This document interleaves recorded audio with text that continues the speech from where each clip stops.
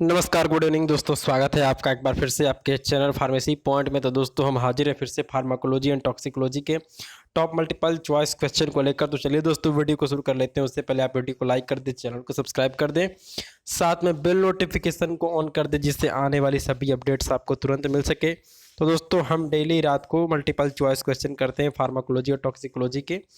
तो दोस्तों जिन भी स्टूडेंट ने पहले की वीडियो नहीं देखी है वो प्लेलिस्ट में जाके फार्माकोलॉजी एंड टॉक्सिकोलॉजी के टॉप मल्टीपल चॉइस क्वेश्चन की वीडियो देख सकते हैं।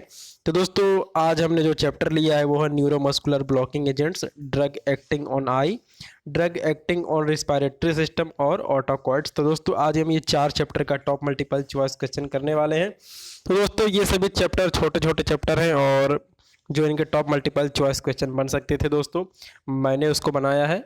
तो चलिए दोस्तों वीडियो को शुरू कर लेते हैं। तो दोस्तों आप इस वीडियो को लाइक कर दें, चैनल को सब्सक्राइब कर दें और इसको अपने दोस्तों के साथ शेयर कर दें। तो चलिए दोस्तों स्टार्ट करते हैं विदाउट किसी डिले के। तो दोस्तों हमारे सामने पहला क्वेश्चन आ चुका है कि agents that produce relaxation of skeletal muscle by inhibiting the transmission of nerve impulse is called. जी हाँ दोस्तों, आपने न्यूरोमस्कुलर जंक्शन का नाम दोस्तों आपने सुना होगा और आपने इसको एचएपी के अंदर पढ़ा भी होगा। कुछ इस तरह का हमारा न्यूरोमस्कुलर जंक्शन दोस्तों होता है। तो यहाँ पर ट्रांसमीटर होते हैं और ये ट्रांसमीटर कौन से होते हैं? ये ट्रांसमीटर हमारे होते हैं एसिटाइल कोलिन यानी कि ACH होते हैं दोस्तों। तो जो हमारे न्यूरोमस्कुलर ब्लॉकिंग एजेंट है दोस्तों, ये जो हमारा ट्रांसमीटर होता है एसिटाइल कोलिन दोस्तों, ये इसको प्रिवेंट कर देते हैं। और जो दोस्तों जो हमारा एसिटाइल कोलिन ट्रांसमीटर है, इसका ट्रांसमिशन दोस्तों नहीं हो पाता है। तो यही हमारे न्यूरोमस्कुलर ब्लॉकिंग एजेंट्स होते हैं, यानी कि न्यूरोमस्कुलर जंक्शन के दोस्तों जो हमारा न्यूरोमस्कुलर जंक्शन होता है, ये वहाँ पर एसिटाइल कोलिन का ट्रांसमिशन रोक देते हैं। तो इसी को हम न्यूरोमस्कुलर ब्लॉकिंग एजेंट कहते हैं। तो आप यहाँ पर इसको देख सकते हैं कि agents that produce relaxation of skeletal muscle by, यहाँ पर लिखा inhibiting the transmission of nerve impulse is called. तो न्यूरोमस्कुलर ब्लॉकिंग एजेंट हमारा पहला वाला जो ऑप्शन दिया है ये हमारा सही ऑप्शन है। तो चलिए दोस्तों अगला सवाल देख लेते हैं। तो यहाँ पर दिया है कि नॉन डीपोलराइजिंग ब्लॉकर्स आर। तो जो हमारे नॉन डीपोलराइजिंग ब्लॉकर्स हैं, आपको बताना है कि इसमें से नॉन डीपोलराइजिंग ब्लॉकर्स कौन सा है। तो जो यहाँ पर एग्जाम्पल दिए गए हैं दोस्तों, ऑप्शन दिए गए हैं, वो यहाँ पर दिया है डी ट्यूबोक्यूरारिन, पैनक्रोनियम, एट्राकोरियम और ऑल ऑफ द अबव। तो दोस्तों ये सभी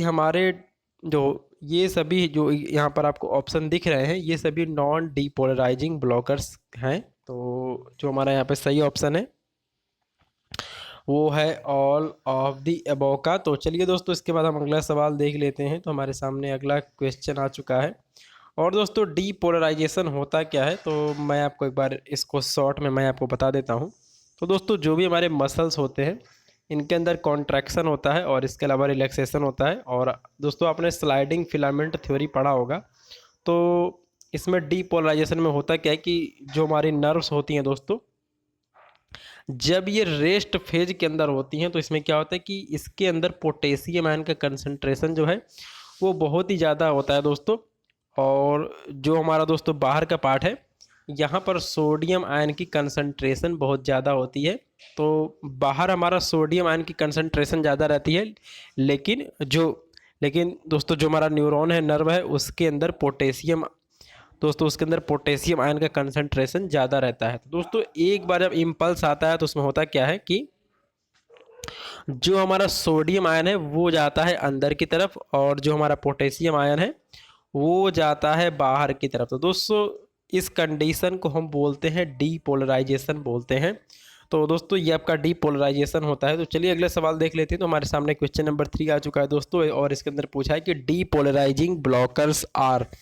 तो यहाँ पे हमें 2 ऑप्शन देखने को मिल रहे हैं। पहला दिया है सक्सिनिल कोलिन और डेकामेथोनियम। तो दोस्तों ये दोनों डीपोलराइजिंग ब्लॉकर्स होते हैं। तो आप इस बात को याद रखेंगे कि सक्सिनिल कोलिन और डेकामेथोनियम जो हैं ये हमारे डीपोलराइजिंग ब्लॉकर्स हैं, यानी कि हमारा बोथ 1 और 2 का जो ऑप्शन है ये हमारा सही ऑप्शन है। तो चलिए अगला सवाल देख लेते हैं। तो हमारे सामने क्वेश्चन नंबर 4 आ चुका है और इसके अंदर पूछा है कि therapeutic use of D tubocurarine, यानी कि जो हमारा डी ट्यूबोक्यूरारिन है, इसका थेराप्यूटिक यूज क्या है, तो इसमें दिया है कि इन इन एनास्थीसिया टू प्रोड्यूस मसल रिलैक्सेशन। या दोस्तों जो भी हमारा जनरल एनास्थेटिक्स एजेंट्स होते हैं उनके साथ में इनको दिया जाता है मसल्स को रिलैक्स करने के लिए, ताकि सर्जरी करने में दोस्तों कोई दिक्कत ना हो। और इन माइस्थेनिया ग्रेविस, या दोस्तों ये एक ऑटो इम्यून डिसऑर्डर होता है।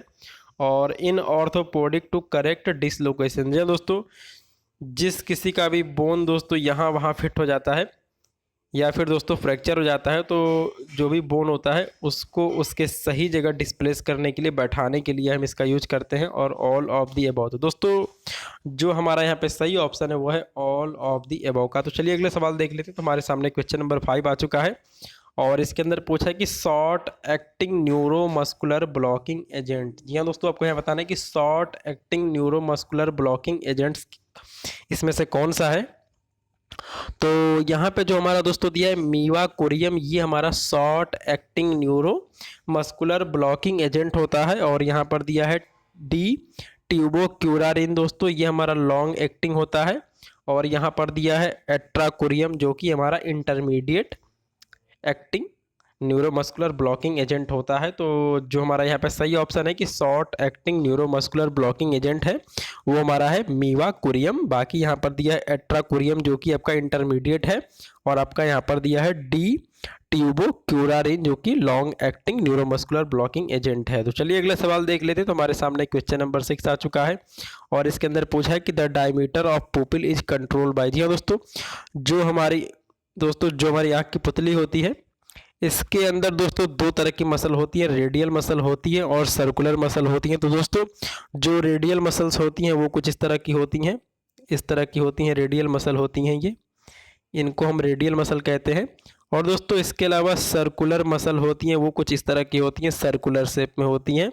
तो दोस्तों इन दोनों दोस्तों यहाँ पर आपका रेडियल मसल और ये आपका दिया है सर्कुलर मसल, इन दोनों की वजह से ही जो हमारा डायमीटर है, डायमीटर ऑफ पुपिल, वो कंट्रोल होता है। तो यहाँ पे जो हमारा सही ऑप्शन है वो है बोथ 1 एंड 2 का, कि रेडियल मसल और सर्कुलर मसल जो है ये रिस्पॉन्सिबल होती हैं डायमीटर ऑफ पुपिल को चेंज करने के लिए। यानी कि जो हमारा पुपिल है उसका डायमीटर कम या ज़्यादा करने के लिए रेडियल मसल और सर्कुलर मसल जो है ये रिस्पॉन्सिबल है। तो चलिए अगला सवाल देख लेते हैं। तो हमारे सामने क्वेश्चन नंबर 6 आ चुका है और इसमें पूछा है कि dilation of pupil is known as. दोस्तों आप इसका आंसर कमेंट बॉक्स में कमेंट करके बताएं कि डायलेशन ऑफ पुपिल जो है इसको हम क्या कहते हैं। तो दोस्तों डायलेशन ऑफ पुपिल जो है इसको हम मिड्रियासिस कहते हैं। तो जो हमारा यहाँ पर सही ऑप्शन है वो हमारा है सेकेंड वाला। तो चलिए अगले सवाल देख लेते हैं। तो हमारे सामने क्वेश्चन नंबर 7 आ चुका है और यहाँ पर दिया है कि मिड्रियासिस इज प्रोड्यूस्ड बाई। तो दोस्तों यहाँ पे लिखा है मिड्रियासिस किसके द्वारा प्रोड्यूस किया जा सकता है। तो यहाँ पे लिखा है सिम्पैथोमाइमेटिक ड्रग। तो दोस्तों आप सिम्पैथोमाइमेटिक का दूसरा नेम बताइए कि सिम्पैथोमाइमेटिक ड्रग्स का दूसरा नेम क्या है। तो और यहाँ पे लिखा है एंटीकोलिनर्जिक। तो दोस्तों आप एंटीकोलिनर्जिक ड्रग्स का भी दूसरा नाम बताइए, कि मैंने इसके पहले वाली वीडियो में जो मल्टीपल चॉइस क्वेश्चन करवाया था मैंने वहाँ पर इन दोनों ड्रग्स का एक और नाम आपको बताया था कि इनको और क्या कहते हैं। तो दोस्तों उसका आप कमेंट बॉक्स में कमेंट करके बताएं। तो दोस्तों यहाँ पर जो हमारा सही ऑप्शन है वो है बोथ 1 एंड 2 का, यानी कि मिड्रियासिस जो है इसको अगर हम सिम्पैथोमाइमेटिक या फिर एंटीकोलिनर्जिक ड्रग देते हैं तो इससे हमारा मिड्रियासिस प्रोड्यूस होता है, जो कि है डायलेशन ऑफ पुपिल। तो चलिए अगला सवाल देख लेते हैं। तो हमारे सामने क्वेश्चन नंबर 8 आ चुका है और इसके अंदर दोस्तों क्या पूछा है, इसके अंदर पूछा है कि constriction of pupil produce by. जी हाँ दोस्तों, हम कॉन्स्ट्रिक्शन ऑफ पुपिल कैसे प्रोड्यूस कर सकते हैं। तो दोस्तों जो हमारा कॉन्स्ट्रिक्शन ऑफ पुपिल है इसी को हम मियोसिस कहते हैं, आपको पता होगा। कॉन्स्ट्रिक्शन ऑफ पुपिल जो है इसी को हम मियोसिस कहते हैं। तो बेसिकली यहाँ पूछा है कि हम मियोसिस को कैसे प्रोड्यूस कर सकते हैं। तो दोस्तों यहाँ पर आपको मियोसिस प्रोड्यूस करने के लिए दोस्तों हम इसको कोलिनर्जिक ड्रग दे सकते हैं, या फिर यहाँ पर लिखा है सिम्पैथोमाइमेटिक और एंटीकोलिनर्जिक ड्रग्स लिखा हुआ है। तो दोस्तों आप बताएं कि यहाँ पर कौन सा ऑप्शन सही है। तो दोस्तों जो हमारा यहाँ पर सही ऑप्शन है वो कोलिनर्जिक ड्रग, यानी कि अगर हम कोलिनर्जिक ड्रग देंगे तो कॉन्स्ट्रिक्शन ऑफ पुपिल यानी कि मियोसिस प्रोड्यूस होगा। तो चलिए दोस्तों अगला सवाल देख लेते हैं। तो हमारे सामने अगला क्वेश्चन आ चुका है कि increase in intraocular pressure in I is called. हाँ दोस्तों, जो हमारी आंख होती है, ये हमारी आंख हो गई। लेकिन दोस्तों जब इसके अंदर प्रेशर बढ़ जाता है तो क्या होता है कि जो हमारी आइज़ का, आंख का दोस्तों जो इसका शेप है, साइज है दोस्तों, वो कुछ बड़ा हो जाता है। तो इससे क्या होता है दोस्तों, इसी को हम क्या कहते हैं, तो यहाँ पर बेसिकली ये पूछा है कि increase in intraocular pressure in I is called. तो दोस्तों आप इसका आंसर कमेंट बॉक्स में कमेंट करके बताएं। तो दोस्तों जो इसका सही आंसर यहाँ पे है वो है ग्लूकोमा, यानी कि अगर हमारा इंट्राओकुलर प्रेशर आई के अंदर बढ़ जाता है तो दोस्तों इस कंडीशन को हम ग्लूकोमा कहते हैं। तो चलिए अगला सवाल देख लेते हैं। तो हमारे सामने क्वेश्चन नंबर 10 आ चुका है और इसके अंदर पूछा है कि drug used in the treatment of glaucoma is. जी हाँ दोस्तों, अगर ग्लूकोमा हो जाता है यानी कि intra ocular pressure of eye increase कर जाता है, बढ़ जाता है, तो उसमें हम कौन सी ड्रग दे सकते हैं। तो यहाँ पे लिखा है miotics, carbonic anhydrase inhibitor, prostaglandin and all of the above. तो दोस्तों जो हमारा यहाँ पे सही ऑप्शन है वो है ऑल ऑफ द अबव का, यानी कि अगर ग्लूकोमा डिजीज होती है तो इसके अंदर हम मियोटिक्स, कार्बोनिक एनहाइड्रेज इनहिबिटर, प्रोस्टाग्लैंडिन जो ड्रग है दोस्तों उसको हम दे सकते हैं। तो चलिए इसके बाद अगला पेज हम देख लेते हैं। तो दोस्तों आप देखिए यहाँ पर मियोटिक्स के जो एग्जांपल दिए गए हैं वो दिया गया है फाइसोस स्टिगमिन और पाइलोकार्पिन, और यहाँ पे कार्बोनिक एनहाइड्रेज इनहिबिटर का जो एग्जांपल दिया वो दिया है एसिटाजोलामाइड, और प्रोस्टाग्लैंडिन का जो दोस्तों यहाँ पर एग्जांपल दिया है वो दिया है लेंटोप्रास्ट। तो दोस्तों यहाँ पे फाइसोस स्टिगमाइन, पाइलोकार्पिन, एसिटाजोलामाइड और लेंटोप्रास्ट जो है इनका यूज हम करेंगे ग्लूकोमा डिजीज को ट्रीट करने के लिए, ठीक करने के लिए। तो चलिए दोस्तों अगला सवाल देख लेते हैं जो कि पूछा गया है drug acting on respiratory system से। तो इसके अंदर पूछा कि bronchial asthma is treated by. जी हाँ दोस्तों, ब्रोंकियल अस्थमा यानी कि दोस्तों ये हमारा जो अस्थमा है, ब्रोंकियल अस्थमा है, ये एक रिस्पायरेटरी डिसऑर्डर है। तो इसको हम कैसे ठीक करेंगे, तो यहाँ पे दिया है bronchodilator, anticholinergic, corticosteroid and all of the above. तो दोस्तों जो हमारा यहाँ पे सही ऑप्शन आता है वो आता है ऑल ऑफ द अबव का, यानी कि ब्रोंकियोडाइलेटर, एंटीकोलिनर्जिक, कॉर्टिकोस्टेरॉइड का हम यूज करेंगे ब्रोंकियल अस्थमा को ठीक करने के लिए। तो दोस्तों अब यहाँ पर हम एक चीज़ यहाँ पर और देख लेते हैं कि जो हमारा यहाँ पर ब्रोंकियोडाइलेटर है इसके अंदर आता है एड्रीनलिन, इफेड्रिन, साल्बुटामोल। दोस्तों इस तरह की ड्रग्स आती हैं। इसके अलावा दोस्तों थियोफाइलिन का भी यूज हम ब्रोंकियल अस्थमा को ठीक करने के लिए करते हैं। और यहाँ पर एंटीकोलिनर्जिक दिया है दोस्तों, तो एंटीकोलिनर्जिक के अंदर हम एट्रोपिन का यूज करते हैं। और इसमें दिया है कॉर्टिकोस्टेरॉइड, तो दोस्तों इसके अंदर हम बैक्लोमेथासोन का यूज करते हैं। तो चलिए अगले सवाल देख लेते हैं। तो हमारे सामने क्वेश्चन नंबर 12 आ चुका है और उसके अंदर पूछा है कि ब्रोंकियोडाइलेटर्स यूज्ड इन ब्रोंकियल अस्थमा। तो यहाँ पर जो ऑप्शन दिए गए हैं वो है एड्रीनलिन, साल्बुटामोल, थियोफाइलिन। तो दोस्तों इन सभी का यूज हम ब्रोंकियोडाइलेटर में करते हैं, यानी कि अगर श्वास संबंधी कोई भी बीमारी है दोस्तों तो वहाँ पर हम थियोफाइलिन का यूज, साल्बुटामोल और एड्रीनलिन का यूज करते हैं। तो चलिए अगले सवाल देख लेते हैं। तो हमारे सामने क्वेश्चन नंबर 12 आ चुका है और इसके अंदर पूछा है कि drug used in treatment of cough, यानी कि कफ के अंदर कौन सी ड्रग यूज की जाती है। तो यहाँ पर जो ऑप्शन दिए गए हैं वो दिए हैं expectorant, antitussive, both 1 and 2 and none of the above. तो दोस्तों अगर किसी को एक्सपेक्टोरेंट्स और एंटीट्यूसिव का डिफिनेशन आता हो या फिर एक्सपेक्टोरेंट्स और एंटीट्यूसिव का होते हैं तो दोस्तों इसको कमेंट बॉक्स में कमेंट करके बताएं कि एक्सपेक्टोरेंट्स और एंटीटूसिव्स क्या होते हैं। तो जो हमारा यहाँ पे सही आंसर है वो है बोथ 1 and 2, यानी कि एक्सपेक्टोरेंट्स और एंटीटूसिव्स जो है इनका यूज हम करते हैं ट्रीटमेंट ऑफ कफ में। तो चलिए अगला सवाल देख लेते हैं। तो हमारे सामने क्वेश्चन नंबर 13 आ चुका है और यहाँ पे आपको बताना है कि ओपीऑइड एंटीटूसिव एज। जी हाँ दोस्तों, आपको बताना है कि ओपीऑइड यानी कि नारकोटिक्स एंटीट्यूसिव इसमें से कौन सा है। तो चलिए ऑप्शन हम यहाँ पर देख लेते हैं क्या क्या ऑप्शन यहाँ पे दिए गए हैं। तो यहाँ पर जो ऑप्शन दिए गए वो दिया है कोडीन, वसाका, बाल्सम ऑफ टोलू और एम्ब्रोक्सोल। तो दोस्तों जो ओपीऑइड एंटीट्यूसिव का जो यहाँ पर हमको एग्जांपल दिख रहा है वो है कोडीन। तो चलिए अगला सवाल देख लेते हैं। तो हमारे सामने क्वेश्चन नंबर 14 आ चुका है और इसमें पूछा है कि antihistamine used in treatment of cough, यानी कि एंटीहिस्टामिन आपको बताना है कि इसमें से एंटीहिस्टामिन कौन सा है जिसका यूज हम करते हैं कफ को ट्रीट करने के लिए। तो जो यहाँ पर ऑप्शन दिए गए हैं इसमें दिया है कि यहाँ पर ऑप्शन दिया गया है, आप यहाँ पर देखिए, यहाँ पर लिखा है गुइफेनासिन, अमोनियम क्लोराइड, क्लोरफेनिरामिन और एम्ब्रोक्सल। तो दोस्तों यहाँ पर हमें केवल एक ही एंटीहिस्टामिन दिखाई दे रहा है जो कि क्लोरफेनिरामिन है, यानी कि क्लोर यानी कि आपका यहाँ पर क्लोरफेनिरामिन जो है ये एक एंटीहिस्टामिन है और इसका यूज किया जाता है कफ को ठीक करने में। तो चलिए अगला सवाल देख लेते हैं। तो यहाँ पर पूछा है कि ऑटोकॉइड्स आर, तो दोस्तों जो ऑटोकॉइड्स हैं इनको हम लोकल हार्मोन भी कहते हैं, और दोस्तों ये जहाँ पे प्रोड्यूस होते हैं वहीं पे इनका इफेक्ट होता है, तो इसीलिए इनको हम ऑटोकॉइड्स कहते हैं। तो इसमें दिया है हिस्टामिन, सेरोटोनिन। तो दोस्तों ये सभी हमारे ऑटोकॉइड्स हैं। तो हमारा जो यहाँ पर सही ऑप्शन आता है वो आता है बोथ 1 एंड 2 का, यानी कि हिस्टामिन और सेरोटोनिन जो है ये हमारे ऑटोकॉइड्स हैं। तो चलिए अगला सवाल देख लेते हैं। तो हमारे सामने क्वेश्चन नंबर 16 आ चुका है और इसके अंदर पूछा है कि हिस्टामिन प्रोड्यूस, और यहाँ पर ब्लैंक बनाया गया है, और इसके आगे पूछा है कि इन ह्यूमन। जी हाँ दोस्तों, जो हमारे हिस्टामिन है, जो हमारा हिस्टामिन है ये वैसोडाइलेशन, वैसोकॉन्स्ट्रिक्शन, मियोटिक्स और नॉन ऑफ द एबव, यहाँ पे 4 ऑप्शन दिए गए हैं। तो आपको इसमें बताना है कि हिस्टामिन क्या प्रोड्यूस करता है इन ह्यूमंस। तो दोस्तों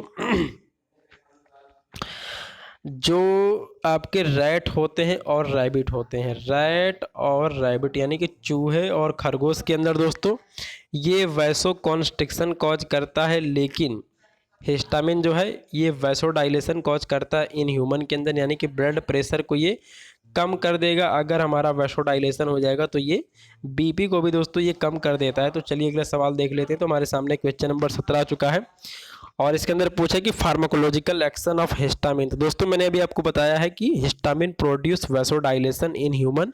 तो आप यहाँ पर देखिए क्या लिखा है कि फॉल ब्लड प्रेशर, यानी कि ये ब्लड प्रेशर को कम कर देता है।